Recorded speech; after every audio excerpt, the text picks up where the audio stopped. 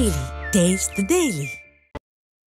தூத்துக்குடியில் வீட்டின் கதவை உடைத்து 35 சவரன் நகை மற்றும் 6 லட்சம் ரூபாய் மதிப்பிலான அமெரிக்க டாலர் கொள்ளையடிக்கப்பட்ட சம்பவம் அதிர்ச்சியை ஏற்படுத்தியுள்ளது. குருசடி தெரு பகுதியைச் சேர்ந்த ஓய்வு பெற்ற கப்பல் மாலுமியான கில்பர்ட் மற்றும் அவரது மனைவி ஆகியோர் உறவினர் வீட்டிற்கு சென்றிருந்த நிலையில் அவரது வீட்டின் கதவை உடைத்து நகை மற்றும் அமெரிக்க டாலர்களை மர்ம நபர்கள் கொள்ளையடித்துச் சென்றதாக தெரிவிக்கப்பட்டுள்ளது. விடிய அரசின் காவல்துறை கும்பகர்ண தூக்கத்தில் இருப்பதால் துணிகரத்துடன் கொள்ளைகள் நிகழ்வதாக பொதுமக்கள் குற்றம் சாட்டியுள்ளனர். தஞ்சாவூர் மாவட்டம் திருவிடைமருதூர் அருகே கோவிலுக்கு சொந்தமான 6 சவர நகைகளை திருடிய பூசாரி சிக்கினார்.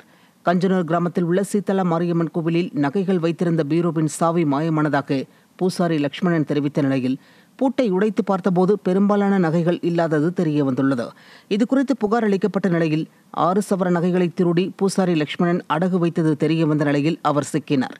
திறனற்ற திமுக ஆட்சியில் கொலை மற்றும் திருட்டுக்கள் நாள்தோறும் அதிகரித்து வருவதாக பொதுமக்கள் வேதனை தெரிவித்திருக்கின்றனர். வேலூர் மாவட்டம் பேரணாம்பட்டில் வீட்டின் பூட்டை உடைத்து 20 சவரன் தங்க நகை மற்றும் பணத்தை மர்ம நபர்கள் திருடிச் சென்ற சம்பவம் பொதுமக்களிடம் அதிர்ச்சியை ஏற்படுத்தியுள்ளது.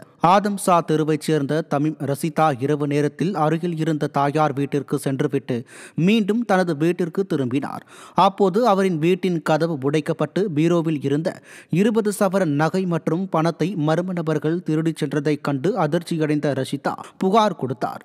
விடியா ஸ்டாலின் ஆட்சியில் ஏவல் துறை கும்பகர்ண தூக்கத்தில் உள்ளதால் சமூக விரோதிகள் துணிந்தே கொள்ளை சம்பவங்களில் ஈடுபட்டு வருவதாக குற்றம் சாட்டப்படுகிறது.